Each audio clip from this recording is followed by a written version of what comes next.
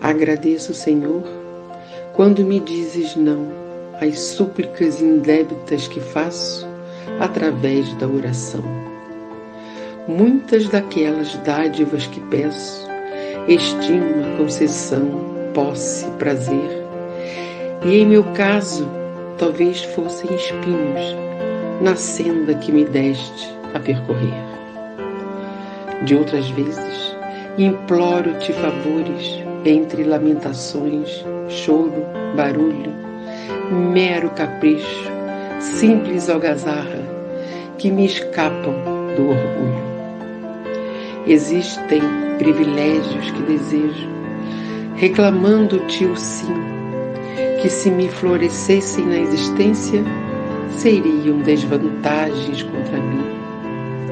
Em muitas circunstâncias, rogo afeto, sem achar companhia em qualquer parte, quando me dás a solidão por guia, que me inspire a buscar-te. Ensina-me que estou no lugar certo, que a ninguém me ligaste de improviso e que desfruto agora o melhor tempo de melhorar-me em tudo o que preciso. Não me escutes as exigências loucas, faze-me perceber que alcançarei além do necessário se cumprir o meu dever. Agradeço, meu Deus, quando me dizes não com teu amor, e sempre que te rogue o que não deva, não me atendas, Senhor. Maria Dolores. Que coisa linda, que prece. Eu vi o livro, mas eu não vi o nome da mensagem. Que coisa maravilhosa. É, Maria Dolores, né? Ficou muito bom, emocionante. Mas agora entrego a vocês essa continuação da história de Jacó. Né? Então eu vou ficar aqui só assistindo, mais tarde eu volto. Nossa terceira live sobre Jacó, né? E vai ter a quarta. E vai ter a quarta. E vai ter a quarta. Uma boa noite para todos e nunca é demais repetir no início dos nossos trabalhos, não me canso de dizer, que o trabalho que fazemos é uma live espírita. O objetivo do nosso trabalho é a análise de conceitos que existem dentro do Velho Testamento, relacionados à cultura judaica, mas sob o olhar que o Espiritismo nos oferece. Isso nos leva à conclusão de que o nosso objetivo aqui não é validar esses conteúdos como conteúdos espíritas. Não é dar com assertividade a ideia de que tudo que está ali colocado é princípio doutrinário espírita. Não, nós nos debruçamos nesse texto para nos deliciarmos com a sabedoria que tiramos de dentro dele. E não com a literalidade do texto, mas com o aprendizado, com aquilo que nos remete a um processo de conexão com o espiritual. Esse é o nosso objetivo. Não é nosso objetivo ler o texto para apontar questões e dizer, olha só isso aqui é um absurdo. Não, nós queremos beber a sabedoria que o texto possui. Então, o nosso convite para todos que estão ligados conosco hoje é, mais uma vez, nós abrirmos as páginas dessas tão antigas e podermos recolher dela o perfume de sabedoria que transpassa o tempo e chega até nós, mostrando as conexões impressionantes existentes entre os vários saberes das várias doutrinas, entre as quais o Espiritismo está dentro. Então, é nós podermos ver, sob o olhar da doutrina espírita, textos multimilenares como aqueles que constituem o Pentateuco de Moisés. E, nesse sentido, nós temos feito os nossos estudos trabalhando os conteúdos desse texto tão interessante, mas observando as peças que nos trazem algumas reflexões mais valiosas. E a gente vem dividindo os nossos estudos de acordo com o modelo como os rabinos fazem. Eles dividem a Torá em porções, chamadas, cada porção dessa de paraxá. Então, a gente pega uma paraxá e faz uma, duas, três, ou sei lá, quantas lives forem necessárias, até a gente se sentir satisfeito na interpretação dos pontos que nela a gente tem. Nós terminamos na semana passada uma paraxá, não foi? E agora nós vamos começar outra hoje. A nossa paraxá de hoje é uma paraxá que vai contar o retorno de Yaakov, de Jacó, para o local onde ele vivia, onde estava seu irmão Esaú, que a gente chama em português de Esaú. Então é esse momento. Nossa paraxá de hoje tem o nome bonitinho de Vaishlach. Se você repetir rápido, ninguém vai... Vaishlach. A paraxá passada tem nome de Vaitse. Vaitse vem da palavra latzet, sair. Porque na semana passada, nós narramos a saída de Yaakov da terra de Haran, da terra de, acho que é Aram em português. E ele vai para lá, né? Isso, não, na passada ele saiu, né? Ele fugiu de Lavam, ele permaneceu algum tempo lá junto a Lavam, ele foi enganado com suas esposas, ele foi enganado com seu trabalho, ele foi muitas vezes enganado. E ele precisa de ir embora. Ele recebe, entre aspas, a gente sempre procura dizer que o texto usa uma linguagem literal que a gente precisa de entender o sentido espiritual. Então é dito que Deus falou para ele retornar à sua terra, para que ele fosse de encontro à sua terra. Mas Lavam não deixava ele embora. Então, a paraxá chama Vaitse, porque ele foge na calada da noite, levando suas esposas, seus filhos, suas ovelhas, seus camelos, e ele tinha se tornado um homem muito rico. E ele leva todos esses bens. Essa dessa semana chama-se Vaishlach. Lishloach, em hebraico, significa enviar. Então ele vai enviar Malachim, ele vai enviar mensageiros logo no princípio dessa paraxá. Quer comentar ela, Raul, já? Vou só fazer aqui um comentário rapidinho, no sentido de que essa paraxá de hoje, ela tem por objetivo falar de um dos momentos de toda a Torá que particularmente, não sei o Álvaro, eu acho um dos mais profundos que a gente encontra, que é esse momento em que Esaú e Jacó se encontram. Só para antes da gente começar, eu só queria fazer uma representação que são arquétipos. Então, nós Adão teve 2 filhos, Caim e Abel, o bem e o mal, o certo e o errado. Então, nós tivemos, nesse momento da história de Adão, como se a divisão entre os 2 filhos representassem a expressão desses 2 poderes, o bem e o mal. E quando a gente está agora vivendo essa nova experiência de Isaac, ele tem de novo 2 filhos, Esaú e Jacó. Adão teve Caim e depois Abel. E Isaac teve Esaú, depois Jacó, porque eles, mesmo sendo gêmeos, um deles nasceu depois do outro. Eles novamente representam arquétipos. Então, eles são personagens? Mas a gente vai ler esses personagens não somente como pessoas, mas a gente tem que lê-los como a representação de uma ideia, ou seja, um arquétipo.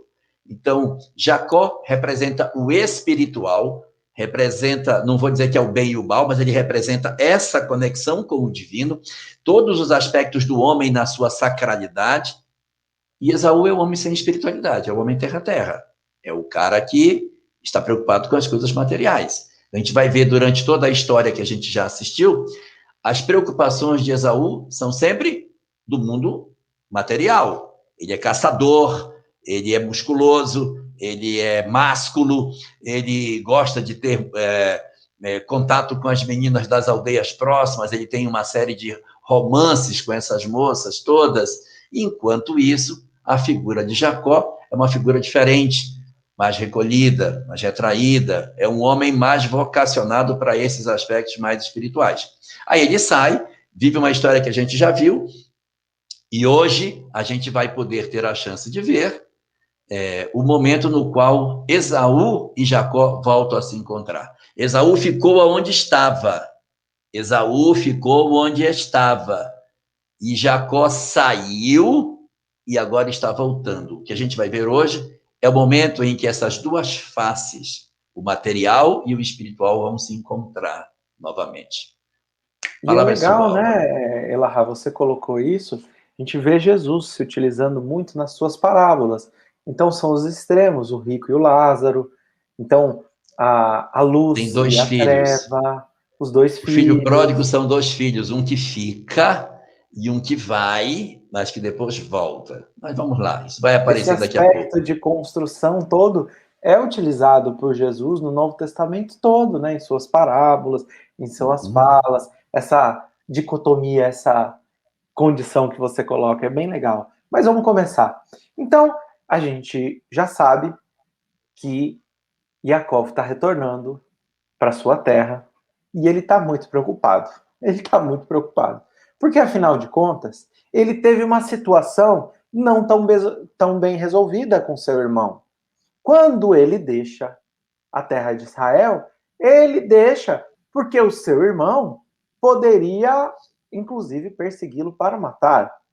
Ele some, desaparece. E quando ele está voltando, e ele já era um homem muito rico, com família constituída, com muitos filhos, com escravos, a sua esposa Rachel, amada Rachel, estava grávida de Benjamim, e ele estava muito preocupado. Ele decide então que ele mandaria malachim. O que é malachim?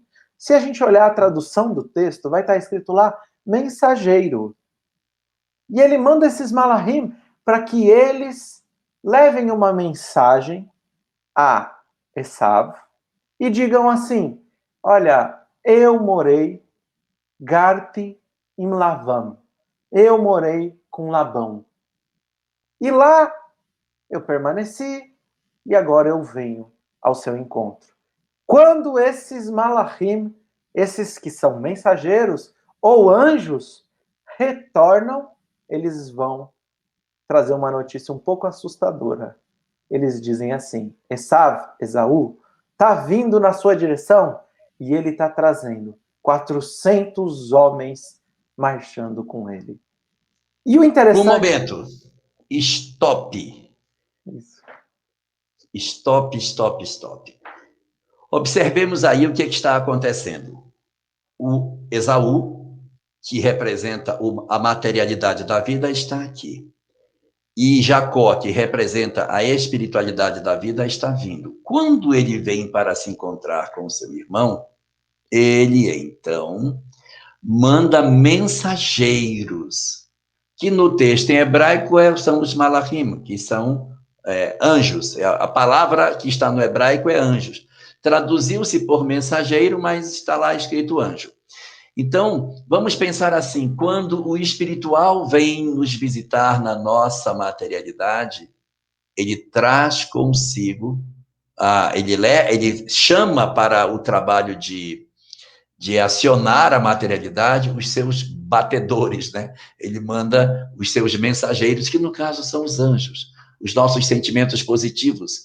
Então, quando a gente vai ter um defrontar nosso com as nossas imperfeições, com as nossas dificuldades mais profundas, então a gente destaca as nossas virtudes, os nossos bons sentimentos, para que façam a primeira aproximação com a nossa materialidade para sentir o que vai acontecer. Então, aí, é interessante observar que, no conceito que a gente está pegando, se pegasse um pouquinho mais de materialidade desse texto, os espíritos vão na frente. Consideremos dentro da materialidade do texto Jacó como médium. Então, os espíritos vão, veem o que está acontecendo, voltam e dizem a ele: seu irmão está vindo armado com 400 homens. Então, veja que Isso aí significa essa comunicabilidade do espiritual, do ponto de vista da história pela história.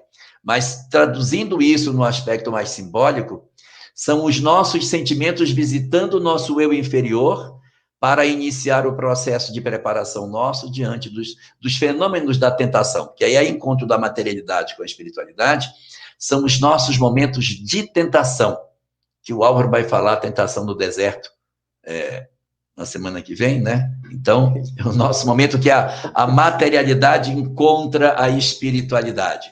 Então, é isso que a gente vai tratar agora.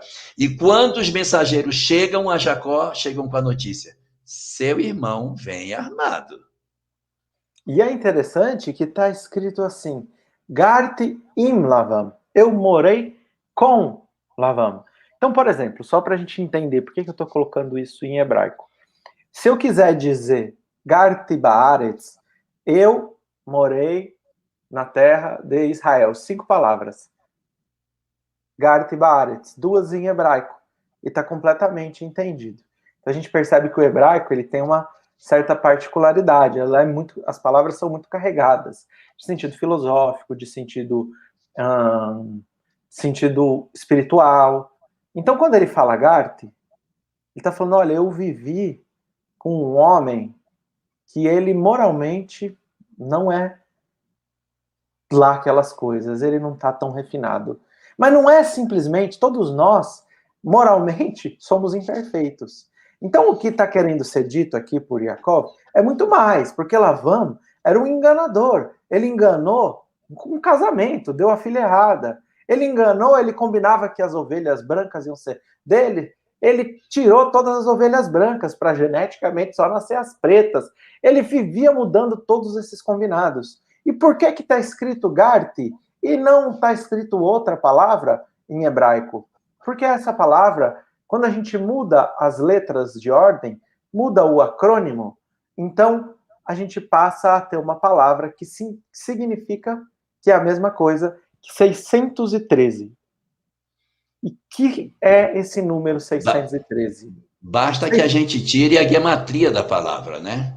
Isso. Se eu pegar a cada letra, Gimel, aí você tira quanto vale numericamente cada letra. Se você somar, a palavra vivi com Laban vai dar 613, um número que para os cristãos não significa nada, né? 613. Mas para os judeus, são 613 mandamentos na Torá. Significa que Yaakov sim permaneceu com Lavam, sim permaneceu com um homem na casa, vivendo junto desse homem. Mas ele nunca se corrompeu. Ele permaneceu todos esses anos com a sua integridade no cumprimento, vamos assim colocar, para ficar mais à luz da doutrina espírita, no cumprimento das leis divinas. Eu não estou dizendo que as leis da Torá são as leis divinas, mas o sentido espiritual seria esse. Ele mantém-se com integridade conectado a Deus. E esse, Elahá, é um desafio que todos nós vivemos, porque a gente não pode escolher todo mundo que nasce na nossa família, a gente não pode escolher com quem a gente vai trabalhar, quem são os nossos clientes, quem é o nosso chefe, com quem serão nossos filhos. E muitas vezes a gente precisa de conviver com pessoas que não têm ainda um nível de consciência quanto ao papel do espírito quando encarnado. Qual é o sentido real da vida? E aqui, Elahá, eu vou pedir para você comentar um pouquinho, falar um pouquinho para a gente sobre isso. O que se esconde por trás disso é que, apesar de Jacó conviver com um homem completamente corrompido, se ali está escrita a palavra 613, significa eu não me corrompi na convivência com essa pessoa que era tão difícil. Que é um exemplo para nós, porque às vezes a gente tem uma família e nós temos uma pessoa difícil, e em função dessa pessoa difícil, nós dizemos, olha, eu fiz o que eu podia, mas não teve jeito. Eu acabei seguindo o conselho, porque meu primo, meu irmão, meu pai, eu sei lá quem, minha mãe, meu filho, fazia tal coisa, eu acabei me influenciando, acabei seguindo esse caminho. Então, aqui é o chamamento para que nós continuemos o propósito das nossas virtudes, apesar da convivência com aqueles que, de alguma maneira, podem ser instrumentos de desequilíbrio do nosso ser. E aí, quando se fala de desequilíbrio do ser, não se está dizendo aí que você tem que ter uma atitude de violência, uma atitude de ruptura, de dizer, olha, eu sou uma pessoa, não quero nem ouvir falar desse assunto. Não, porque o dom dos espíritos superiores é conviver com os maus, sem achar ruim, mas na expectativa de tentar auxiliá-los sem arrastar as pessoas. Observemos o caso de Jesus, por exemplo. A narrativa do Evangelho cita demais que ele vivia seguido de pessoas de má vida. E as pessoas de má vida que o seguiam não eram obrigadas a segui-lo. Elas seguiam porque elas queriam seguir. Então, elas seguiam porque era agradável estar com ele. E ele fazia o quê? Ele estava ensinando o bem. Então, olha que louco! Ele ensinava o bem de uma maneira tão extraordinária que os maus se agradavam de estar perto dele. Os sofridos, os errados, os tortos se sentiam muito bem na sua companhia. Então, quando a gente, por exemplo, tem uma família que é mais difícil, o nosso propósito não é entrar como uma figura rígida dentro de casa, que é só, eu só falo com pessoas que acreditam no que eu acredito. Então, eu viro para minha mãe e digo, o que está escrito na questão 621 do Livro dos Espíritos? Não sabe? Então, não vou falar com a senhora. E o senhor? Qual foi o ano que foi publicada a obra, o Livro dos Médiuns? Não sabe? Então, não vou falar com ninguém aqui. Não é esse o sentido. Porque o dom verdadeiro é você conviver sem se corromper. E sem viver aquela cátedra da personificação da virtude, como se eu fosse o incorruptível, que eu chego em casa e a família diz, chegou ele. Vamos falar disso. Ele é muito chato, vamos trocar de assunto. Você tem que viver com as pessoas, porque, como diz o Buda, qual é o propósito da existência? Perguntaram ao Buda uma vez, qual é o propósito da vida? E o Buda respondeu, eu acho a resposta do Buda maravilhosa. Qual é o propósito da vida? Disse o Buda, viver. O propósito da vida é viver. Então, é você efetivamente mergulhar na condição de ser capaz de interpretar as coisas da virtude misturado com o que é desigual. Então, a primeira lição que a gente tira desse encontro de Jacó com Esaú é: eu estive na convivência de um homem difícil demais, mas eu não me corrompi por conta disso. Mas nem por isso se isolou de conviveu com ele até o último dia, viveu com ele até o final. Chico tinha uma frase muito boa para isso, ele dizia assim, é de Emmanuel, na verdade, ceder em tudo para ser inflexível no essencial. O essencial é o amor. O mais a gente negocia, senta junto, conversa, vamos para frente. Então, essa é a lição número 1 da Paraxá de hoje. E aí, Álvaro? E é interessante, se eu tivesse na situação dele e me falasse assim, os espíritos falavam, ele tá vindo com 400 homens. Eu estava bem longe, eu já estava correndo. Não dava nem para terminar a mensagem. Eu já estava correndo. Mas Jacó, ele vem dar uma outra lição para nós. Jacó, ele vai fazer e agir diferente. Então, o que ele vai fazer? Ele vai orar, ele vai fazer uma prece para Deus. E ele diz, Deus... Lição número 2. Lição número 2. Deus de Abraão, meu pai, Deus de Isaac, aliás, meu avô, meu pai, Isaac, tu me disseste para que eu retornasse à terra onde eu nasci e que tudo estaria bem comigo. Eu sou bem pequeno diante de sua misericórdia, de sua verdade, mas livra-me das mãos de Esaú, de Esaú, que eu tanto temo que ele mate as minhas crianças. Deus, você me disse que tudo estaria bem. A palavra que está em hebraico, ou melhor, as palavras são Heitiv, heitiv. Tov é bom, significa bom. Então é muito mais do que bom. Estaria 2 vezes bom. Muito bem, eu ouvi as suas areas. Eu ouvi as suas palavras. A palavra original está, eu ouvi a sua semeadura, que é uma conexão com a parábola do semeador. Muito bem. Tu dissestes que os meus descendentes seriam incontáveis como os grãos de areia. E aqui a gente faz uma pausa. Na pergunta 659 do Livro dos Espíritos, a gente encontra o caráter geral da prece como sendo louvar, pedir e agradecer. E aqui, ele está realizando efetivamente uma prece. Quando a gente fala tefilá, em hebraico, significa que existe uma comunhão de corações. Se a gente falar em cumprimento de uma mitzvah, de um mandamento, a gente está falando de um passo do homem em direção a Deus. Se a gente falar em estudar as leis divinas, é um passo do homem em direção a Deus. Mas quando se fala em tefilá, em oração, em prece, dentro do judaísmo nós estamos falando de uma aproximação de Deus ao nosso coração, que entra em comunhão. E é interessante que aqui ele tinha uma prova, ou uma expiação, ou uma missão, mas ele tinha uma vicissitude extremamente difícil de se enfrentar. E ele disse, eu tenho medo, são pelos meus filhos, para que a própria profecia dos meus filhos se tornarem como as estrelas do céu, como os grãos de areia, para que isso se perpetue. E aí a gente faz aquela pergunta que Kardec já tinha realizado na pergunta 663.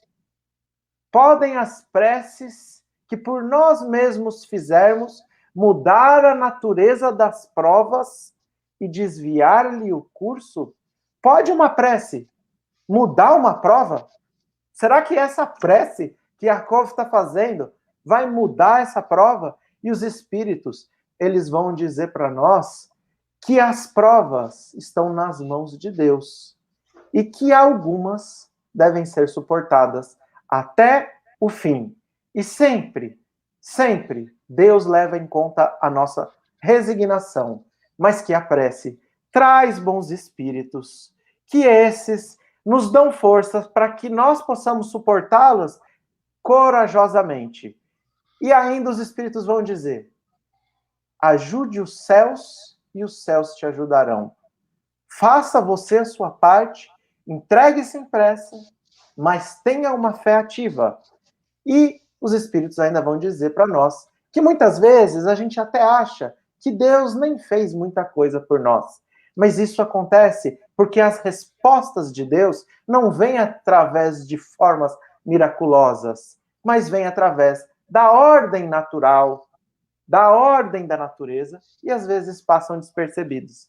E isso tudo é o que a gente percebe dentro do caráter de Yaakov, porque ele se entrega em preces, ele tem uma prova extremamente difícil, uma vicissitude amedrontadora, mas ele vai tomar todas as precauções. Então ele vai dividir em 2 acampamentos, porque se um for atacado, sobra o outro. Quando ele vai ao encontro, ele começa a realizar a parte do trabalho no mundo físico. Qual? Ele separa 7 caravanas, uma com 200 cabras, outra com 20 bodes, outra com 20 carneiros, 30 carneiros, 40 vacas, 10 touros, 20 jumentos, 10 jumentas. 7 blocos. Para cada um desses que Esaú recebesse, eles diriam, esse é um presente de seu servo, Jacó, e ele traz esses bens para que seja bem visto aos seus olhos. Então, o que a gente está percebendo? Eu quero comentar, Álvaro, quero comentar 2 coisas. Quero comentar a primeira parte da prece que você estava comentando lá atrás. Porque, assim, esse raciocínio que às vezes a gente faz com relação à prece leva muitas pessoas a perguntar, tá, eu vou orar para quê? Que se a lei de Deus é eterna e imutável como o próprio Deus e sua vontade é imutável, então automaticamente eu vou orar para quê se ele já tem a decisão para a minha vida? Então vou orar e vai mudar. que acontece? É como se fosse assim. Deus quer dar. Deus quer oferecer para você. Mas você tem que querer pegar. Porque se ele quiser oferecer e você não quiser dar, você não recebe. Então, às vezes, vamos colocar essa mesma situação que está aí numa condição prática dentro de casa. Você tem uma pessoa que é muito difícil, seu lar, complicado, e você tem que lidar com essa pessoa e vai ser pesada a barra. Mas se o seu coração for conversar com essa pessoa com a paciência desse tamaninho, não vai dar certo. Porque você vai conversar, a pessoa vai agredir você, e o que você vai fazer de volta? Pois então agora você vai levar duas. Você deu uma, você vai levar duas. Então, você vê que existia a possibilidade da harmonia? Existia. Mas a gente foi armado para a discussão. Então, quando a gente vai armado, nós temos menos chance de sucesso. Daí que quando eu oro, eu orei e mudou a situação. Que mudou a situação? Se é a vontade de Deus, é a vontade de Deus. Porque euzinho, mudei no fundo da minha alma. Quando eu orei, eu disse, eu vou com o meu coração mais preparado para conversar com ele. E se ele me ofender, eu vou dizer, não, tudo bem, tá certo. E eu vou ter mais fôlego de paciência. Então, eu vou desarmar, porque eu estarei mais forrado de proteção espiritual. Então, Deus, na verdade, não mudou seu propósito. O propósito dele era dar, realmente, era que todo mundo se integrasse. Que essa era a vontade. Só que eu, imperfeitinho, eu não conseguia aproveitar a experiência. Mas quando eu oro e eu me forro de virtudes, eu posso mudar a história do que estava previsto. Porque os mentores dizem, isso não vai dar certo. Eles vão brigar. Ele não vai ter condição. Mas se eu conecto, se eu pelo meu livre-arbítrio, oro e efetivamente faço um movimento de me preencher de virtudes, eu tenho mais condição de vencer. Não é? Então, naquele velho raciocínio que a gente até conversou aqui outras vezes, Deus tem o poder de acalmar a tempestade. Mas quando ele não tem condição de acalmar a tempestade, ele acalma o marinheiro. Então, às vezes, quando o mar não dá para acalmar, acalma o marinheiro e ele atravessa o mar. O mar é encapelado do mesmo jeito. O marido é aquele ali. Mas eu estou forrado de estrutura em que eu atravesso de maneira mais tranquila. E quando eu chego do outro lado, eu não sei nem como é que eu atravessei isso. Não sei nem onde eu consegui força para conseguir suportar a situação que eu passei. Então, isso é a primeira coisa que eu queria comentar. A segunda que eu queria comentar é sobre esse processo dessa divisão que ele faz, né? E aqui é uma dica para os maridos, tá? Se você chegar com uma mulher e entregar para ela um buquê de flores, isso tem um impacto maravilhoso nela. Mas se você entregar 12 flores, uma por vez, rapaz, é muito mais. Porque quando ela recebe as flores, aquelas 12 flores, elas têm um bom impacto sobre ela. Mas se você vem no café da manhã, bota uma flor e diz, eu amo muito você, você é muito importante para mim. Aí quando basta, você vem com outra.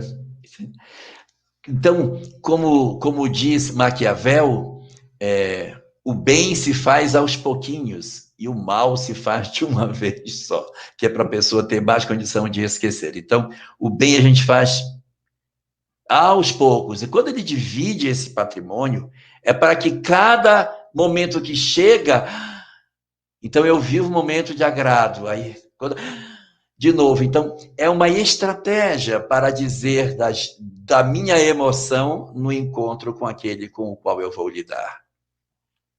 E é interessante, Alahá, que a Torá é muito sutil, né? O texto bíblico ele é muito sutil, que são 7 presentes. 7, eu gosto de fazer esse desenho que a pessoa enxerga. Eles se encaixam perfeitamente. Então é o perfeito equilíbrio da resposta da prece com a atitude no material. E aqui Sim. A gente está enxergando uma fé raciocinada, porque ele não simplesmente fez a prece e falou, agora Deus, é com você. Ele faz a parte dele. A bola está contigo, né? Já fiz a minha parte, joguei para ti. Então, não, ele faz a parte dele, ele trabalha a parte dele, ele toma as precauções de segurança, porque ele divide em 2 acampamentos, ele vai colocar mais à frente a sua família organizada de uma forma, então ele está utilizando o seu intelecto, ele está se conectando com o divino, ele, como você disse, está se utilizando do bem com uma estratégia, e ele está equilibrando espiritual com material. Então a gente já, você, né, Lá, você falou assim, olha, Álvaro, eu sinto que você tem um amor quando fala de Abraão, eu gosto muito de Jacob, e a gente vê que é uma figura de uma inteligência, de uma elevação espiritual. Ele é muito sagaz. Ele é muito, extraordinário. né? Mas o que acontece? Ele fez uma prece e eles estavam próximo ao Yabok, depois do Vale do Jordão, e ele vai dormir uma noite. E quando ele dorme, mais uma vez, aparecem os anjos. E a gente percebe aqui que esses espíritos que aparecem trazem o fenômeno, a mediunidade, como uma constante no texto bíblico. A todos os momentos, nós estamos falando de homens que se encontram com espíritos, aqui denominados anjos. Então, Agar, no deserto, ela encontrou com Salatiel, que anunciou o nascimento de seu filho Ismael, Abraão com 3 anjos, depois o sobrinho Lote com anjos também, com 2, Rivka, Rebeca, quando ela se encontra com Isaac, o que ela vê? Ela é clarividente, ela enxerga o espírito protetor de Isaac.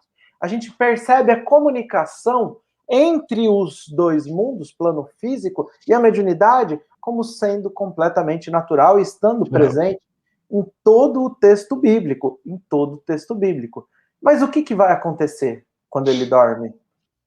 Ele aparece um anjo. Esse era um anjo de Esav.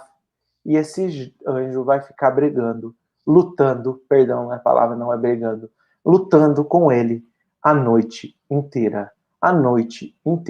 Ele só vai embora ao amanhecer, e mesmo assim, não é tão fácil ele ir embora. Quando existe o amanhecer, existe aqui o nascimento, ou existe a presença da Shekhinah. O que é Shekhinah? É a presença divina. Esse anjo enxerga a presença divina em Yaakov, em Jacó, e por essa razão ele decide ir embora. Mas aqui tem o diálogo do anjo, que ele é um tanto quanto interessante. O anjo, quando nasce o sol e ele vê a presença divina junto com o Jacó, ele fala, deixe-me ir, já é dia. E Jacó pergunta para ele, mas por quê? E ele fala, porque pela manhã eu preciso cantar louvores a Deus. Ele fala, então deixa que os seus companheiros cantem louvores, digam shirá, digam esse cântico a Deus. Ele falou, eu não posso. Eu preciso realizar isso para que eu não perca a minha vez. O anjo não pode perder a oportunidade dele de cumprir com a vontade de Deus e de louvar, de cumprir com a aproximação de Deus, mesmo, vamos assim dizer, já sendo um anjo.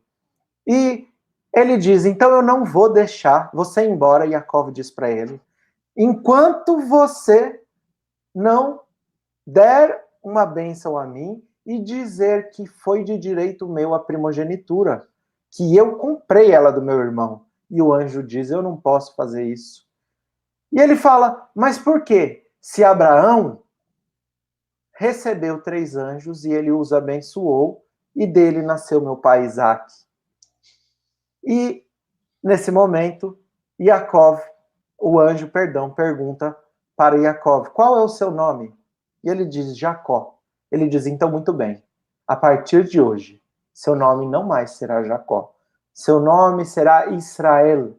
Israel será o seu nome, porque você lutou nos céus, no plano espiritual, contra mim, e lutou na terra contra Lavam e contra o mundo material. Então, a partir de hoje, você é merecedor da bênção de seu pai. E aqui é interessante que Jacó faz uma pergunta para o anjo. qual é o seu nome? E o anjo responde para ele, mas para que você quer saber qual é o meu nome? Nós, anjos, utilizamos nomes diferentes para diferentes missões. Os nossos nomes mudam. E aqui esse diálogo é bem interessante, né, Elahá? É um diálogo bastante interessante. Eu começo ou você começa? Não, pode começar, que eu sigo depois.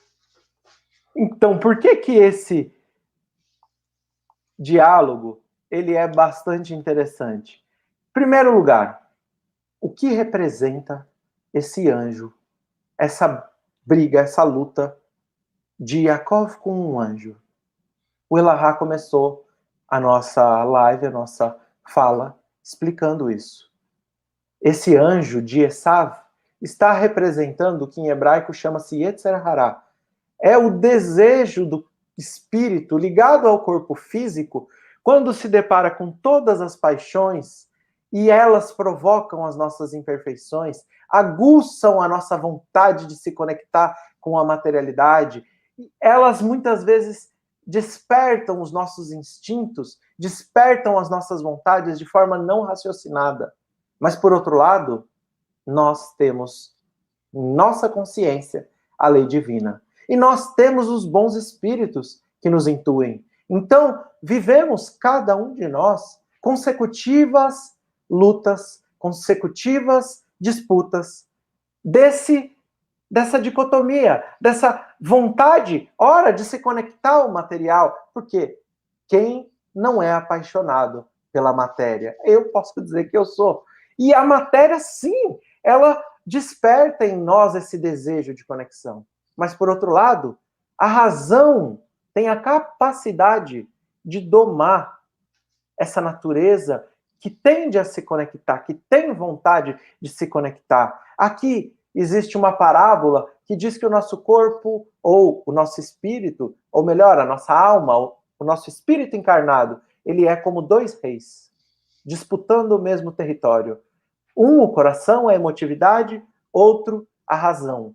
E eles tentam dominar esse território que é a nossa alma, que é o nosso corpo, e eles tentam fazer com que governem sobre nós. Ora, um desses reis está mais à frente, ora, outro está mais à frente. Aqui fica claro que Yaakov, ele sim, ele era um homem de bem, ele era um homem justo, ele foi um espírito de uma magnitude muito alta, mas ele tinha suas imperfeições. Ele tinha que realizar as suas conquistas na terra. Ele tinha ainda que domar o seu espírito. A gente percebe naquele diálogo com Alcione, no livro Renúncia, quando ela já era um espírito bastante evoluído e ela tem vontade de encarnar na terra para auxiliar um amado espírito.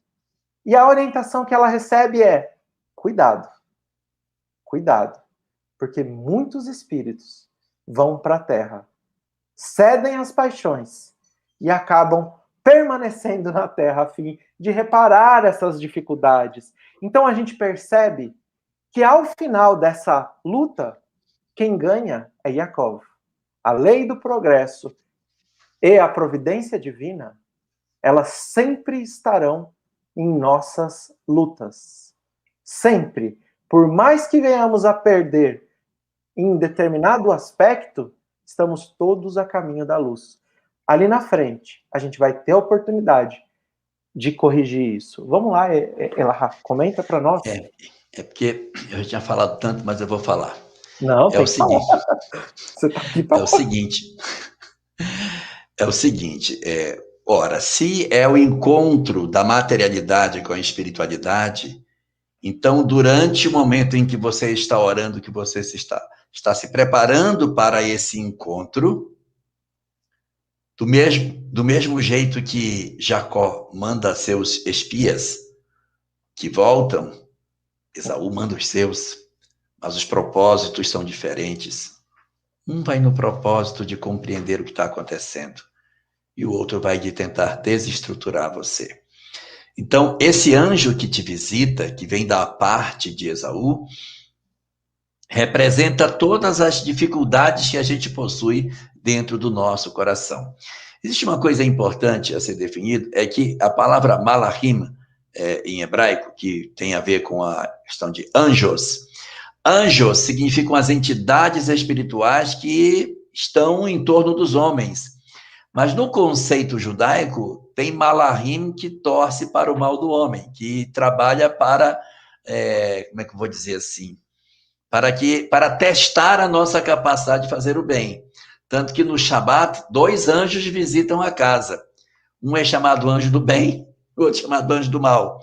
O anjo do bem vem para dizer, se a casa estiver toda arrumadinha para o Shabat, dizer que seja assim no próximo Shabat. E o dito anjo do mal vem e diz, se tiver tudo bagunçado, que seja assim no próximo Shabat. E o anjo do bem tem que dizer amém. Então, essas entidades que visitam, elas não são entidades demoníacas, mas elas são entidades que testam a criatura humana, que estimulam para saber até onde vai a capacidade do homem de cumprir aquilo que é determinação. Eles estão para medir o dom de esforço do homem na solução das suas tentações. Então, na hora que ele tem esse anjo que luta com ele vem da parte material, ele vem da nossa materialidade. São os conflitos que a gente luta com esse, não vou fazer, não vou fazer, não vai fazer, não. E a vontade que tem de, por exemplo, pegar o pescoço do outro e espremer. A gente está diante de uma tentação e é o conflito entre uma coisa e a outra, e você lutando para poder fazer. Mas tem mais coisa nessa luta, não tem? E a gente tem que passar em frente, senão a gente vai passar a noite brigando. Que nem os anjos ficaram o anjo ficou com Jacó. E tem mais coisa, porque o texto vai dizer para nós que esse anjo machuca a perna de Jacó e ele fica manco, ele fica coxo, ele fica mancando. Mas a gente olha a continuidade do texto bíblico, em momento algum fala que ele era coxo, que ele mancava. Então, aqui acontece algo extremamente interessante. O que acontece?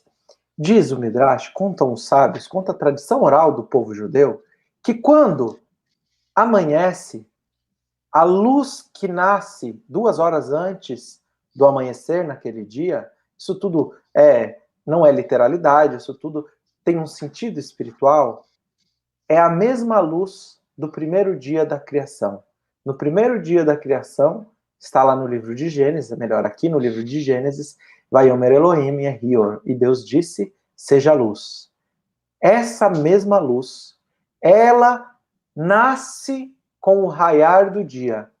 Até falei para o Elahá, Shachar, chama-se raiar do dia, é o nome da minha sobrinha. E nasce essa luz. E que luz é essa? Essa é a luz que cura Yaakov. E vão dizer os grandes rabinos que essa seria a luz que quando o Messias estivesse na Terra, traria todas as curas. E é interessante que a gente encontra o profeta Isaías também pautado nesse versículo, trazendo a sua profecia, capítulo 35, dizendo, sejam fortes, não temam a Deus. Virá a resposta divina. E então, os olhos dos cegos se abrirão, os ouvidos dos surdos se desobstruirão, o coxo saltará, com o servo e a língua do mundo cantará louvores de gratidão e felicidade. Porquanto a água jorrará do deserto, em muitos riachos da estepe. E a gente encontra Jesus dizendo, eu sou a luz do mundo. No capítulo 6 de João, versículos 2 e 3, quando Jesus estava em Tiberíades, ali em Tiberíades, antes da Páscoa, conta o texto, que as multidões seguiam Jesus, porque ele realizava muitos sinais milagrosos junto aos doentes. Em Lucas, número 7, versículos de 20 a 30, vão até Jesus e perguntam, em nome de João Batista, se já havia chegado o Messias. E ele diz, quando realiza uma série de curas, e aqui então no texto está escrito que ele curou muitos cegos, ele expulsou maus espíritos, ele curou muitos sofrimentos. E ele diz, Jesus, voltem a João e digam o que vocês viram. Digam a ele que os cegos veem, os coxos andam, os leprosos são curados e os surdos ouvem. Os mortos estão ressuscitando e os pobres nos dias de hoje recebem o evangelho. Então aqui a gente percebe essa luz que é o próprio Cristo quando ele se auto-intitula a luz do mundo. Em João 8:12, ele traz a cura para Jacó, ou então algum espírito em seu nome. Que bonito isso, né, Elá? Isso é muito bonito, e também assim, a frase do Cristo falando, digam a João que vocês veem, ela não é despropositada, é porque a profecia existia, então diga para ele que aquela profecia está se cumprindo. Não é assim, eu tirei da minha cabeça, vou falar que os cegos veem, os surdos ouvem. Não. Diga para ele que aquilo que Isaías falou em 35, Isaías 35, está acontecendo agora. Então, fecha na cabeça dele que as profecias estão se cumprindo. Mas teve um pedacinho aí que você falou, mas eu vou puxar. Diz assim, e a água jorrará no deserto. O encontro de Jesus com a samaritana ao pé do poço de Sicar, é na Samaria, é seco pra caramba, e o poço lá é a grande oportunidade de água. E ele disse, eu vim trazer a água viva que mata a sede. Ele não disse, eu sou a água viva. Ele veio trazer a água viva. Então, a água jorrará no deserto. Mais uma conexão entre esses dois textos. Mas vamos para frente, senão eles não vão se encontrar hoje. Eu estou doido que eles se encontrem. Vamos. E aqui foi interessante que foi assim escrito no texto. Por que você quer saber o meu nome? O anjo diz para Jacó. Eu posso mudar o meu nome, os anjos mudam de acordo com a sua missão. E aqui no item 268 do Livro dos Médiuns, terceira pergunta. Questiona Kardec, muitos espíritos protetores se designam pelo nome de santos ou personagens de pessoas conhecidas. O que deve se entender a esse respeito? E é interessante que os espíritos falam, olha, se todo mundo fosse ter uma personalidade conhecida, ia faltar gente conhecida para o mundo. A gente ia precisar de 7 bilhões de santos e a gente hoje ia precisar de 7 bilhões de personalidades extremamente conhecidas. Então, os espíritos aqui respondem que eles, muitas vezes, se utilizam de nomes conhecidos, porque nós temos, algumas vezes, a necessidade de saber quem é que está por detrás daquela mensagem. E Kardec, então, pergunta se isso não seria uma fraude, um espírito usando o nome de outro. E a resposta dos espíritos é, só seria uma fraude se fosse utilizado dessa forma por um mau espírito para o mal, para que se ocupasse do mal. Se é um bom espírito, do mesmo nível, ou talvez até superior, trazendo a mensagem que o próprio traria, não tem problema nenhum. É só uma questão de nomenclatura. Muito mais importante do que o autor é o conteúdo da mensagem. Então, ainda questiona se todos aqueles que, por exemplo, dizem que tem como seu espírito protetor São Paulo, seriam efetivamente São Paulo. E ele diz que não, mas que um espírito dessa magnitude, ele consegue irradiar os seus pensamentos, a sua proteção, a sua preocupação para uma quantidade muito maior, muito maior. Então, mesmo que não seja ele, se outro espírito da mesma envergadura se utiliza de uma mensagem positiva, não tem nada de errado nisso. E aqui, eu até vi alguém nos comentários, eu não guardei o nome, foi a Raquel, falando, nossa, é exatamente isso que está no texto, que está no Livro dos Médiuns. Sim. Ela se antecipou, né? Ela se antecipou no item 268. Mas vamos para esse encontro, Elá? Eu sei que bora você sim, porque já vai dar uma hora, a gente tem que abrir para as perguntas, mas eu quero que eles se encontrem, porque para mim o momento mais mágico é esse. Você quer contar? Eu quero contar. Conta. Se você deixar eu contar, eu conto. Eu vou contar curtinho por conta do tempo. Então, ele se prepara, faz essa oração, divide os acampamentos, divide em 7 presentes, ele faz todo um conjunto de movimentações para que isso aconteça. E ele consegue demover a emoção de Esaú. Porque, veja, ele veio com 400 homens. Ninguém sai de casa com 400 homens para dar um beijo em ninguém. Ninguém. A gente sai com 400 homens porque está com um propósito belicoso. Mas o propósito superior de Jacó, a oração, a busca da conexão, ele não desintonizou do objetivo dele. Então, ele muda o propósito de Esaú. Para mim, isso é a parte mais bonita do texto. Porque quando eles se encontram, agora vai dar uma batalha, agora vai acontecer o pior. Não. O meu eu superior venceu o meu eu inferior. O meu eu que quer mudar conseguiu acolher o meu eu frágil. Eu errei no passado, hoje eu mudei. Então, o meu hoje que mudou não agride o meu eu do passado. Eu promovo o meu auto-perdão. Eu consigo me reencontrar com o meu passado e eu consigo me resolver. Mas há nesse encontro uma frase que, para mim, é de uma grandeza extraordinária. Lê aí para nós, é 32:9 e o 32:11. 32:9. Ele disse, se Esaú vem e ataca... Ah, não. 32:9? Acho que não, né? 33:9? Deixa eu ver, 33:9. É 33, é? É 33:9. Deixa eu ver. 2...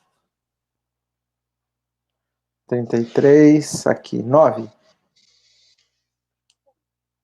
Finalmente, o que tu vieste fazer com todo esse acampamento que veio para me saudar? Perguntou Esaú. Foi para ganhar favor em seus olhos, respondeu Jacó. Eu tenho bastante, meu irmão, porque foram aquelas 7 caravanas. O que acontece? Jacó quer entregar os presentes para Esaú. Mas ele não está sabendo, Esaú se tornou um homem também muito rico. Os dois estão ricos. E Jacó prepara os 7 presentes e vai entregar esses 7 presentes para o irmão. Ou seja, o que está chegando vai entregar presente para um cara que é muito rico. Aí Esaú, que estava armado para combatê-lo, diz, não precisa, meu irmão. Eu tenho muito. O que tu tens, guarda para ti. Não precisa você me dar. Eu tenho muito. Não é isso aí no 9? Isso. Eu tenho muito. Então, guarda, olha só que bonito. Hã? Guarda o que é teu contigo. Não precisa. Eu tenho muito. E aí, aquele que estava armado para combater se desarma e fala para ele que não precisava dar o presente. E aquele que estava chegando, que estava fora e que estava vindo, responde para ele. Lê o 11 para nós. Pedacinho final do 11. Por favor, não, disse Jacó. Se eu ganhei favor em teus olhos, por favor, aceita esse presente de mim. Além do mais, ver tua face é como ver a face do divino. Tu me recebeste tão favoravelmente. Por favor, aceita esse meu presente de boas-vindas como foi trazido para ti. Deus tem sido benevolente para mim e eu tenho tudo. Um disse, eu tenho muito, e o outro disse, eu tenho tudo. Quem está do lado material diz, eu tenho muito. Eu sou rico, eu tenho muito. Mas Jacó diz, eu tenho tudo. E ele está dizendo que é tudo porque quando ele saiu, e vocês devem lembrar, quando ele estava lá no topo do monte, o Senhor disse a ele, o que tu me pedires eu te darei. Ele disse, eu só quero 2 coisas. Pão para comer, roupa para vestir. Como ele tinha pão para comer, roupa para vestir, eu tenho tudo. Porque o que mais importava para Jacó não eram as coisas materiais, mas era a conexão com o divino que ele fazia. E a partir dali, então, eles se abraçam, eles se beijam, e ali um processo de violência que se armou para acontecer é desarmado pelos esforços espirituais que Jacó fez para se prevenir de uma possível violência contra seu irmão. Coisa que nós podemos, em boa parte, fazer quando nós nos sintonizamos com o alto e fazemos a nossa parte do lado material para desarmar os conflitos que muitas vezes dependem muito mais de nós do que dos nossos familiares. É Vamos linda para as essa perguntas? passagem, né? Eu queria Nossa, só colocar uma coisinha, que o texto diz que quando ele vai em direção a Esav, ao seu irmão, Jacó está indo em direção a Esaú, ele se prostra 7 vezes. E o Zohar vai comentar que o fato de ele se colocar fisicamente abaixo do seu irmão, isso faz com que, como você disse, desarme ele. Porque qual era a vontade, o que estava impulsionando Esaú, o desejo de vingança, o afrontamento, de ser maior no mundo físico. E ele falou, não, no físico, você pode ser muito maior do que eu.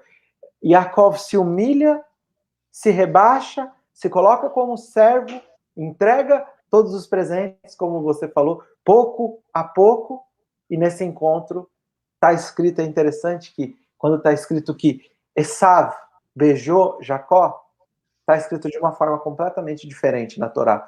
Hoje a gente estava conversando e a gente viu, né, 7 pontinhos em cima da palavra, diferente de todas as outras vezes que está escrito.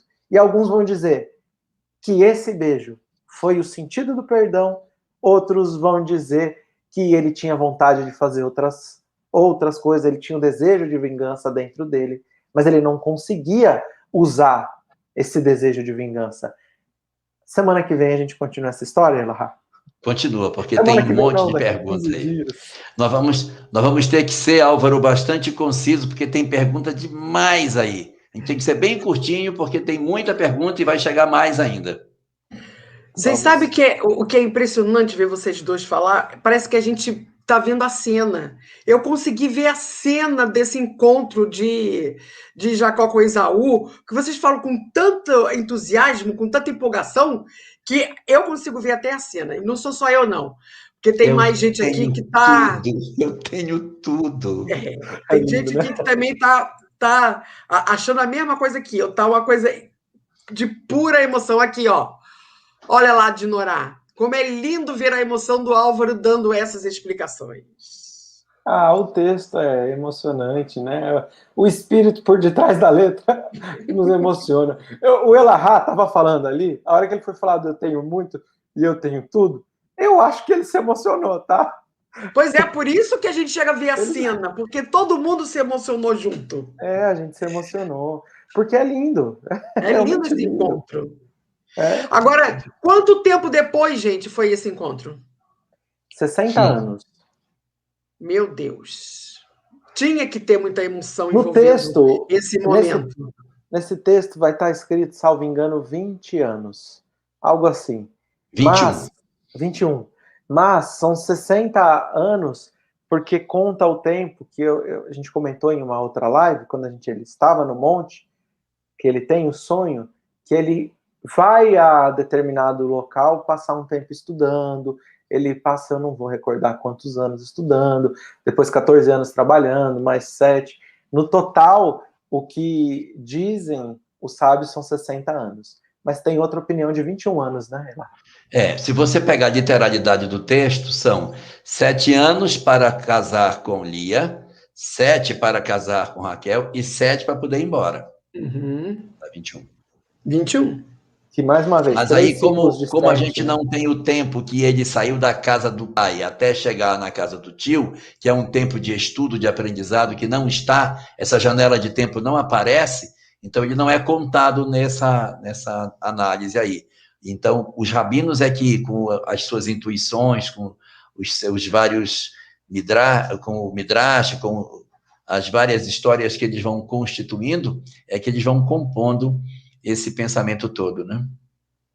Então, vamos à nossa primeira... não é nem pergunta, ela está fazendo... Depois segue mais abaixo, a Alessandra. Sabemos que a coincidência não existe.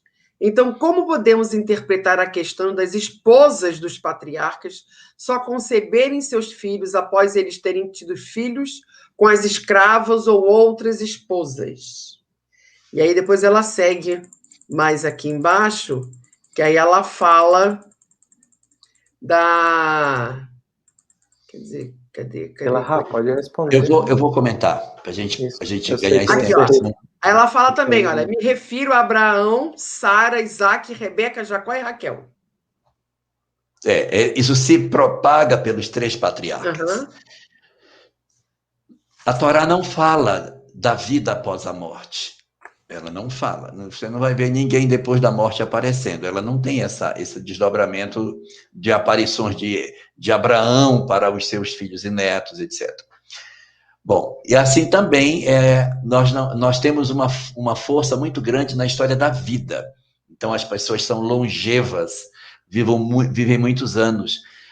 Daí, o que é importante para uma pessoa? Gerar descendência. Uma coisa fundamental é você conseguir alcançar o dom de ver os seus filhos. Tem até um salmo, acho que é o Salmo 132, que Yevanecha Hashem Bitzion, Yemen, Yemen, Vanecha, Uvelibá, que fala sobre que você verá o filho dos teus filhos e a paz sobre Israel. Então, esse salmo, ele mostra exatamente essa preocupação muito grande de ter filhos, ter descendência. Você gerar uma prole numerosa, isso é um sinal de bênção. E aí, a não gravidez é o sinalizador da perseverança, da não desistência. Porque a pessoa sem fé diria o quê? Deus não me abençoou, que o filho é bênção.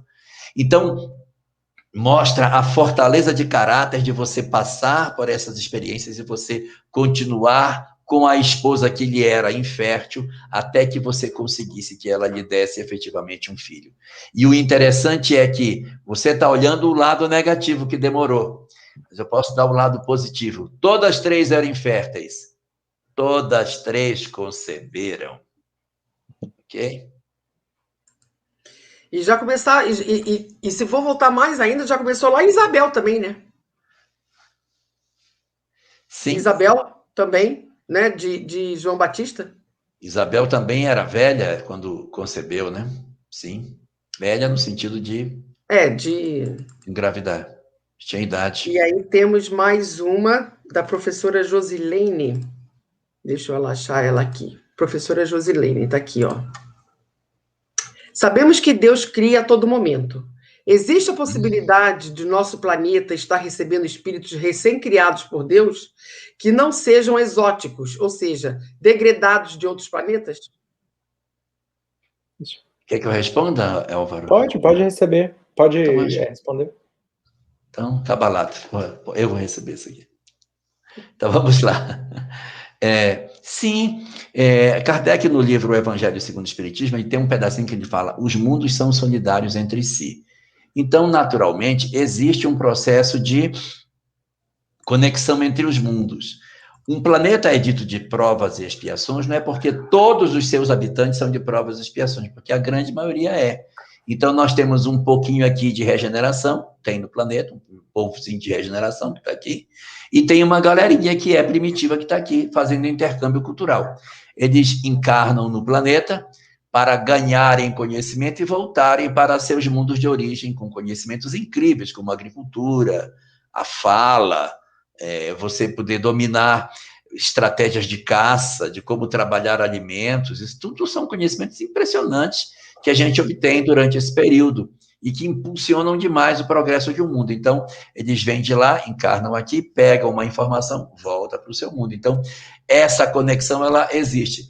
E aí, respondendo sua pergunta, sim, é plenamente possível, só que esses indivíduos não estão na nossa sociedade assim conhecida, civilizada. Eles estão em outros lugares, convivendo em ambientes bem primitivos, porque as almas recém-saídas da infância espiritual, elas não convivem num ambiente que a gente costumeiramente convive. Eles estão vivendo outras experiências, dominando outros saberes bem mais típicos daquele período da pré-história.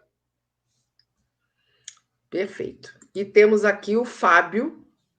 Por que tamanha diferença entre o Velho e o Novo Testamento, deve ser, né? Eu diria... Posso responder essa, Lá? Pode. Eu diria assim, qual é a diferença? Então, eu diria que a gente não está habituado com a linguagem do Antigo Testamento. Se a gente se deparar com o Novo Testamento, com uma leitura literal, a gente comete grandes equívocos. Quando Jesus diz, eu vim separar mãe e filho, eu não vim trazer a paz, vim trazer a espada, uma estranha moral. A gente encontra várias passagens que, se a gente lê com literalidade, a gente também descompreende a essência da mensagem do Cristo. Sempre, Paulo sempre dizia, a letra mata, o espírito vivifica. A gente poderia ter contado essa história, a mesma história, totalmente diferente. Olha, nossa, é uma história assim, tem dois personagens, eles são briguentos, eles brigaram, um fugiu do outro, um tinha um enganou o outro. Um enganou o outro, e assim, nossa, uma enganação danada, chega uma hora que ele cansa, ele fala, não, vou embora, foge de manhã, quando ele se depara na esquina da vida, ele encontra o irmão que ele tinha enganado, e o outro queria matar ele, outro queria matar um, ele vai beijar porque ele quer se vingar. A gente tinha contado a história toda feia. Mas a gente procura enxergar o espírito por detrás da letra.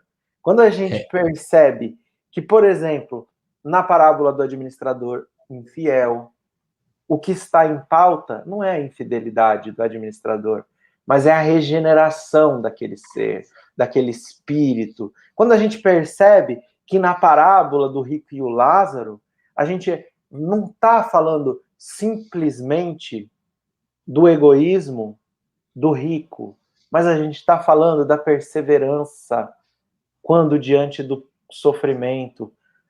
A questão é que quando a gente pega uma língua, o hebraico bíblico, que a gente não está acostumado a estudar, e Emmanuel fala, é um repositório de símbolos, é um labirinto, são monumentos que a gente não tem grandes condições, pelo menos não tinha antes da doutrina espírita, tantas condições de ler com tanta luz esses textos. E a gente faz essa leitura literal, a gente acaba achando que o texto ele tá difícil, tá pesado, tá falando de guerra. Você vê, a gente passou aqui por disputas, por lutas, e você vê que isso não ficou pesado. Muito pelo contrário, trouxe uma realidade viva no nosso íntimo, no nosso interior. Eu costumo dizer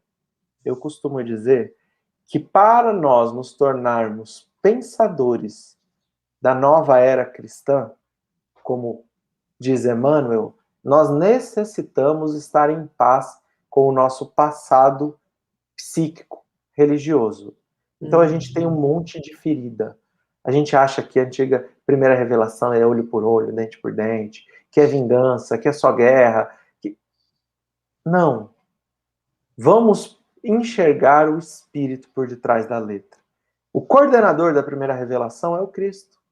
Então a gente consegue sim se deparar com o seu espírito nesse texto.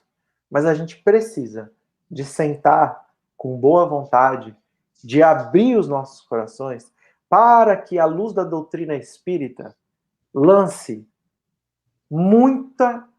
um reflexo muito vivo aos nossos espíritos. Não pela letra, mas pelo que está de trás dessa letra. Quero só fazer uma frasezinha, Denise, só um instantinho. No seguinte sentido. Essas revelações, eu queria saber qual é o sentido da diferença, tá vendo? Mas eu acho que eu entendi, no sentido de conteúdos, né? Uma fala de uma coisa, fala de outra. É porque são momentos históricos diferentes. A lei é uma só. Mas são momentos históricos diferentes. O povo que recebeu Moisés era outro povo. Então, a conversa é outra.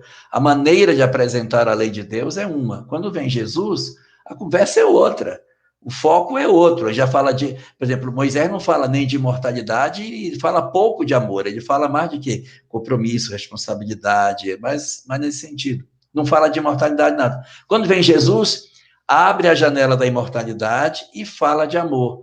Mas e de reencarnação, perispírito, lei de causa e efeito, e tudo que diz respeito à evolução espiritual? Ele não trata disso. Quando vem a terceira revelação, ela aí abre e vai discutir. Então, você vai construindo, mas o fio condutor dessas revelações é a mesma, que é o mesmo, que é a questão da transformação moral do homem e a busca da sua sublimação e conexão com o divino. E que começou lá atrás, né? Por isso que é importante esse estudo, porque esse fio começou lá atrás, não começou com Kardec para cá, né? E semana que vem a gente vai ter mais guerra, né, nessa coisa. E a gente vai ver que não é tão guerra assim. Tem uma outra briga na semana que vem. E aí temos a Raquel. A prece sempre será o nosso momento de conexão com Deus. É necessário sermos humildes perante Deus. Temos que bater a porta. É isso, Jorge? Naquele momento, Raquel, que você falou da prece. Isso. Senão a gente não acessa o que Deus quer entregar. Eu tenho que abrir a porta do meu coração para que a gente receba. Eu gosto muito de uma imagem. Quando a gente ora, a gente fecha o guarda-chuva. Orar é fechar o guarda-chuva para as bênçãos, que Deus está enviando. Estou com o guarda-chuva aberto, não recebe nada. Não é que a visão dele mudou, mas eu me movi, eu que sou mutável, ele é imutável. Eu que sou mutável, mudei minha posição diante das coisas, me preparei melhor, então pela minha movimentação, o meu futuro se mexe. Por aí. E a gente sente mesmo, né? Na hora que você fecha esse guarda-chuva, se você está bem com essa conexão, você sente essa chuva de luz. Você sente. O amparo, né? E aí temos o Armando. O que é a escada de Jacó na maçonaria? Eu não sou maçom. É maçom, Álvaro? Não. Eu espero que você saiba responder. Eu não sei. Eu também não. Não sei. Não sei se são os 33 graus da maçonaria, não faço a menor ideia. Não sei. Eu não sei. Vou perguntar para o meu pai. E vou trazer, tá? Meu pai não vai dizer. Vai dizer que inicia. Quer saber? Vá se iniciar. Meu pai tem 91 anos, é o decano da loja dele. Nossa. Não brinca. Ativo e operante. Eu vou dizer para o Armando que a gente fez uma live só sobre a escada de Jacó. Foi 1 hora de live só sobre a escada de Jacó. É a segunda, acho que é a primeira live que está intitulada A História de Jacó. Eu falei que já fizemos 3, porque a primeira estava com um título que ainda pegava um pouquinho do casamento de seu pai com sua mãe. Depois nós falamos a maior parte dessa live sobre Jacó, a segunda é sobre a escada de Jacó. Então, talvez a gente não saiba responder o que é na maçonaria, mas tem muitos significados que ficou muito legal. E temos mais uma da Raquel. Esse diálogo entre Jacó e o anjo se dá no fenômeno de materialização ou em desdobramento do sonho? É interessante. Em desdobramento. Desdobramento do sono, mas eu queria destacar aqui um caso que é narrado no livro Devassando o Invisível, de Ivone Pereira, no finalzinho da obra, lá no final. Ela tem vários casos avulsos, assim, ela acho que não tinha mais paciência para fazer o capítulo, aí ela pegou só os casos e foi juntando e contando um caso atrás do outro. Lá tem um caso interessante, ela desdobra, está no mundo espiritual, os espíritos se aproximam e dizem, vai quebrar seu braço. Se não faça isso, vou quebrar seu braço. E eles pegam ela no mundo espiritual e começam a forçar o braço dela para quebrar, ela começa a ter dor. Para com isso, vai quebrar meu braço, sei o que e tal. E aí ela, pum, acorda. Ainda bem que foi só um sonho, graças a Deus. Então, aquilo ali não foi aqui, foi lá. Ela acorda de manhã, levanta, quando ela levanta, o braço muito dolorido. Então, existem reflexos no corpo físico daquilo que acontece no mundo espiritual. Se você passa uma noite muito perturbada, cheia de obsessor, que você acorda de manhã, a pessoa diz, não, o que aconteceu? Você está acabado. Não posso estar acabado, porque isso foi lá no mundo espiritual, não tem nada a ver comigo aqui. Tem. A gente tem conexões, então quando você volta, você muitas vezes traz as sensações do sono, do sonho, para o mundo físico, tanto as boas como as ruins. Encontra com bons espíritos, nossa, acordei ótimo, renovado, parece assim que eu estou remoçado. Que foi? Energias positivas que a gente recolheu. Recolheu energia negativa, vai ficar manco no dia seguinte. E isso tudo depende muito da prece que se faz antes de dormir, né, Larra? Opa! Mas Jacob recebeu um passe especial, né? Assim, o que eu falei, a gente não pode assumir que era Jesus, mas assim, o que os comentaristas dizem é que nos dá a entender que ele recebe essa cura para não continuar. Poxa, é legal demais, né? Bonito demais. Tem mais pergunta? Tem a da Raquel, mas eu acho que o Elahad já respondeu. Então é um fenômeno de efeito físico, como sequelas em Jacó, ele ficou manco após o encontro com o anjo. Já foi respondido. Isso aí. Aí já foi. Ela já é foi uma respondido. tzadik mesmo, né? Não tem tzadik, né? Que realmente é Raquel mesmo. Tem outro nome para ela.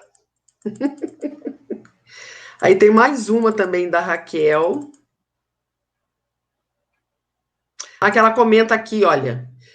Esse trecho me lembra um texto de Emmanuel sobre a caridade. Dar o que tem é diferente de dar o que se tem. Ali, quando vocês estavam comentando sobre o encontro de Jacó com Esaú. Eu lembraria uma frase da Joana de Ângeles, que ela diz assim: caridade não é dar, caridade é dar-se. Porque quem dá, dá o que tem. E quem dá-se, dá o que é. Então é dar-se. Bonito, né? É você se entregar naquilo que você faz. Eu posso entregar muitas coisas e não me doar, não me dar. Olha aqui, ó. Viu que não foi só eu que vi a cena toda, a Regina, quando eu falei que eu vi a cena, assim, eu também vi a cena, senti até o cheiro da terra. Que legal. Foi realmente uma... Ó, teve outra aqui também, ó. Plasmada em minha mente, com riqueza de detalhes. Gente, foi realmente uma emoção esse encontro. Esse encontro é muito encontro bonito. deles ali foi forte. E a Raquel, sempre números cabalísticos, não? 7, 21, curioso. Mas Sempre. isso não é apenas fantasioso? Qual a Não. razão do uso dos números desse tipo na Bíblia? Está escrito lá, Emmanuel responde isso no capítulo 7 do livro A Caminho da Luz. Ele fala assim, quando Emmanuel diz que o texto dos Hebreus, ele é constituído em um processo arquitetônico, isso tem uma correlação quando a gente reflete sobre as outras raças adâmicas. Porque quando a gente olha os egípcios, poxa, a gente demorou quase 3.000 anos para ter um monumento, um edifício mais alto que a pirâmide de Gizé. Então, a gente percebe que a arquitetura é extremamente desenvolvida. Quando a gente fala dos áreas, e a gente pode ir aí para alguns gregos, algumas obras romanas, a gente percebe também monumentos que deslumbram a humanidade até os dias de hoje.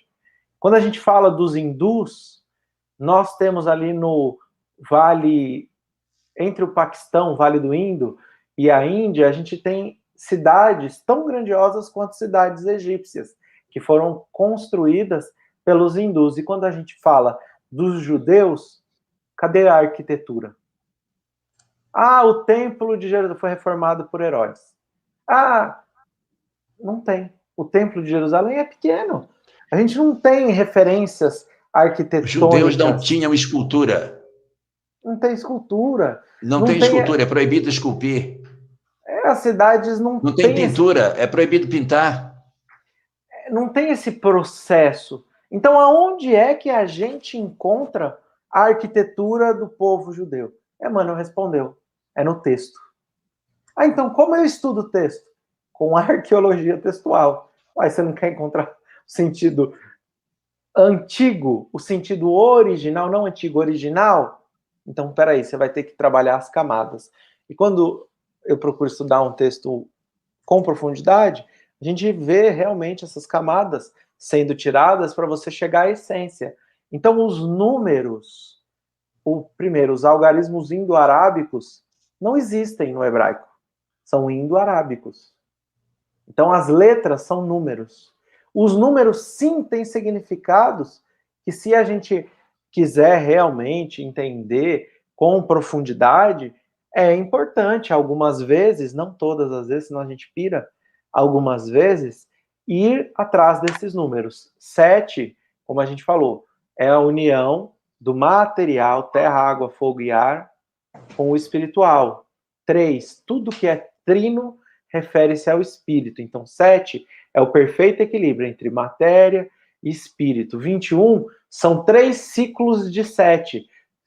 Só que 21 também tem a gemátria curta, que é o número 3. Então, é uma referência também para uma aquisição espiritual muito forte. Então tem uma série de números, o número 40, sempre.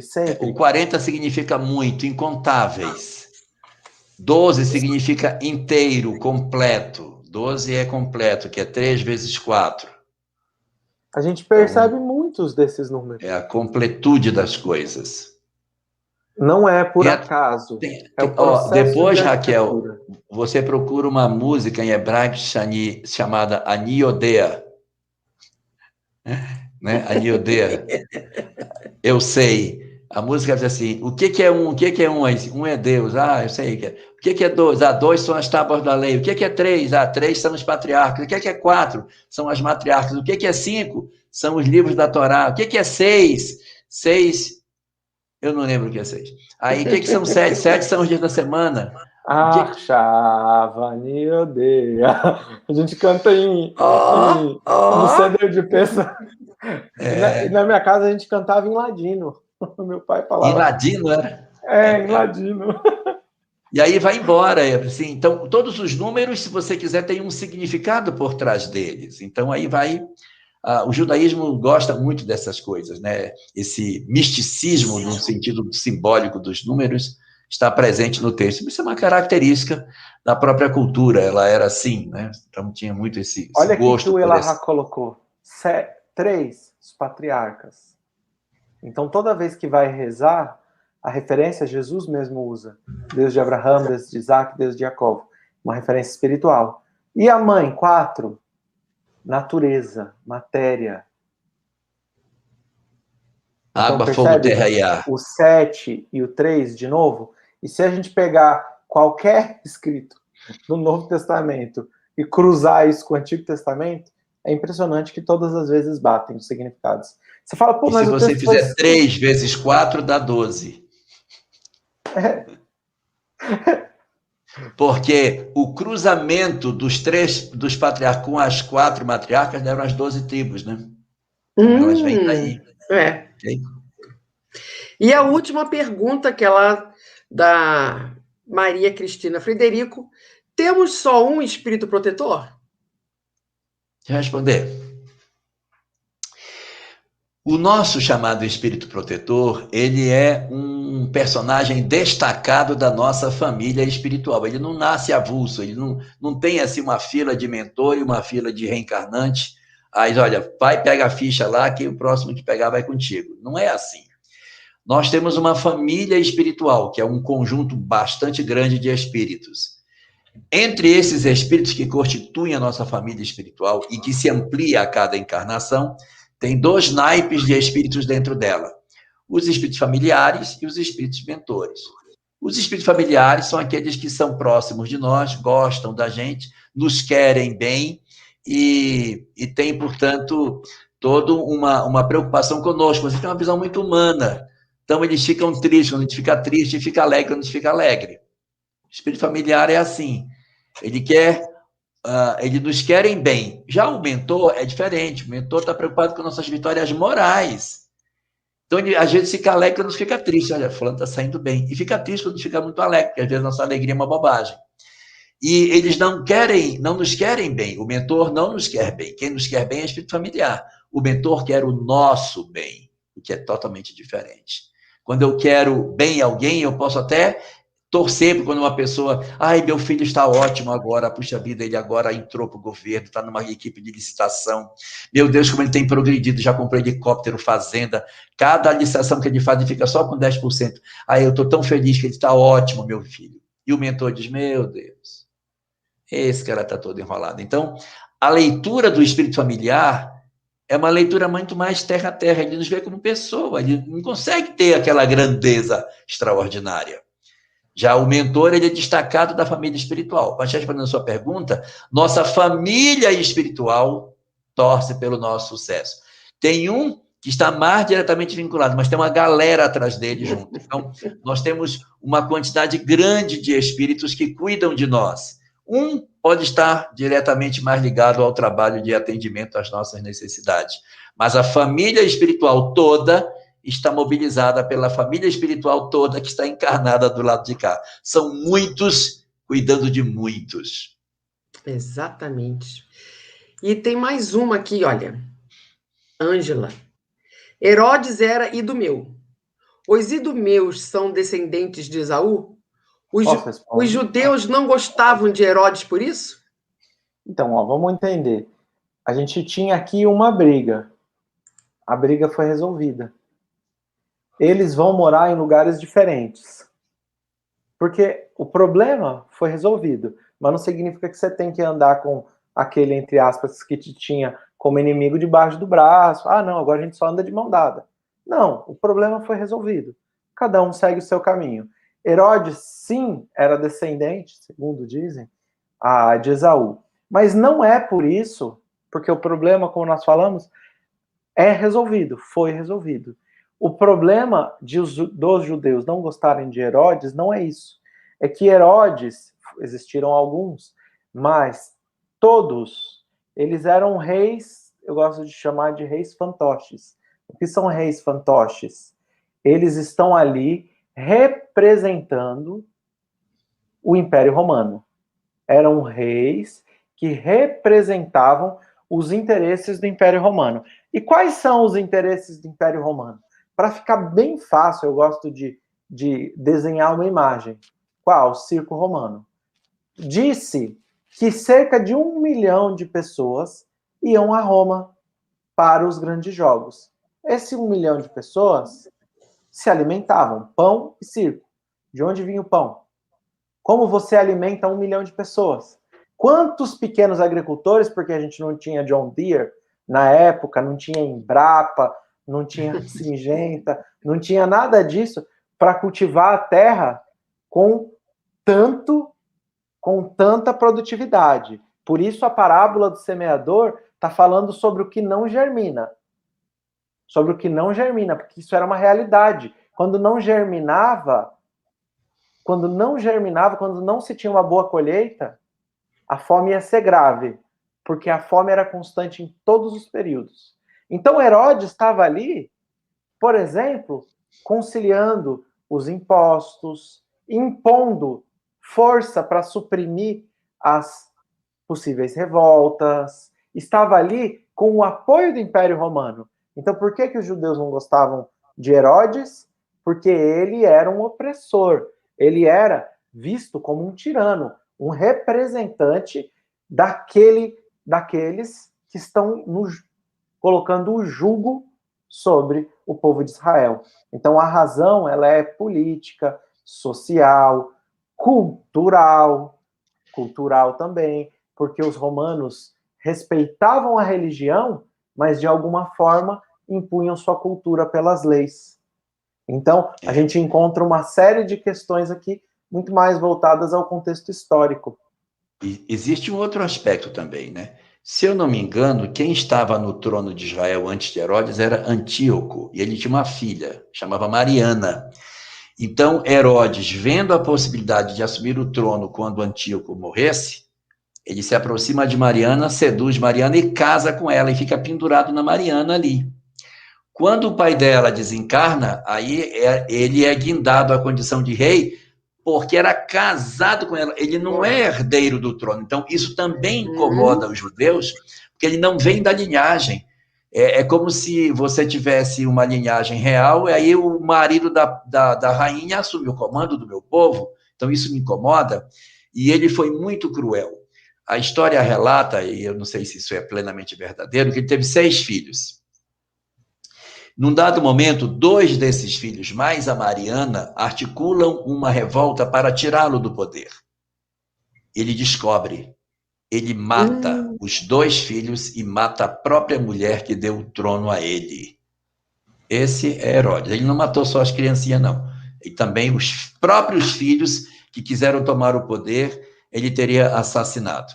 E aí, evidentemente, a lei se encarrega dele, ele vai ter as responsabilidades dele, porque, segundo Jesus, a punição dos maus é viver. Né? Porque, para viver, ele vai encontrar com as suas consequências. Mas, na encarnação, como Herodes, dizem que ele teria desencarnado de uma doença que eu não aconselho ninguém a olhar na internet o que é. Chama-se Síndrome de Fournier. É uma doença em que a bactéria come toda a pele e as vísceras ficam para fora. Ui! Nossa. Come a pele e as suas vísceras vão saindo. Ok? Então, essa é a situação. Não vá ver que você não vai dormir. Então, síndrome de Fournier. Muito bem. Então, Herodes também tinha esse componente de ter tomado de assalto o trono. Então, fosse ele idumeu, samaritano, grego, macedônio, não interessa. Ele não era judeu e ele se inseriu pelo casamento para pegar o trono. Isso também é problema para ele. Muito bem, meus amigos. Olha aqui, ó, concordo plenamente com a Rosa Cruz. Hoje foi uma aula com muita emoção, os ensinamentos foram maravilhosos. Olha, a Raquel já está querendo saber qual será o tema do próximo estudo. Vai ser o fechamento disso. Eu posso até dizer um pouquinho do que a gente vai ter para frente. Nós vamos ter, depois disso, o momento no qual acontece uma questão com a filha de Jacó, Diná. Vai acontecer um problema com ela, vai ter uma nova guerrinha. Nós vamos ter a desencarnação de Raquel, também vai acontecer, não é? Vai ter o nascimento de Benjamim, a desencarnação de Raquel e o seu sepultamento, a caminho de Belém, de Bethlehem. Para encerrar, então, Elahá, você faz para nós a prece final? Faço. Vamos orar. Divino Senhor das nossas vidas, que nos trazes lições imorredoras através das páginas dos livros religiosos. Dá-nos, Senhor, hoje a oportunidade de te agradecer, a chance que tu nos concedeste de compreender a possibilidade da vitória das nossas questões espirituais sobre os nossos apelos primários materiais. Conscientiza-nos profundamente de que se estivermos conectados a ti, Senhor, conseguiremos vencer a nossa materialidade. Dá-nos assim a conexão, para que possamos estar ligados a ti efetivamente e aos nossos espíritos benfeitores, para que o trabalho que precisamos realizar em nós, de conseguirmos pacificar as nossas almas, integrar os nossos corações ao mundo, sem conflito e sem guerras, mas conviver em paz com todas as criaturas que nos circundam. Que isso seja bandeira para a nossa vida, para que estabeleçamos como meta viver entre os homens, como asseveram os espíritos no Evangelho segundo o Espiritismo. Dá-nos a condição assim de entendermos o que tu queres de nós, de vivermos a plenitude da virtude entre aqueles que ainda não te conhecem, Senhor. E para isso te rogamos, dá-nos sabedoria, força, lucidez, compreensão espiritual, para que os nossos passos sejam firmes, mas suaves, na direção da paz e do amor. Obrigado, Senhor, por tudo. Que a tua graça esteja derramada sobre as nossas vidas e o teu amor derrame-se sobre a humanidade inteira.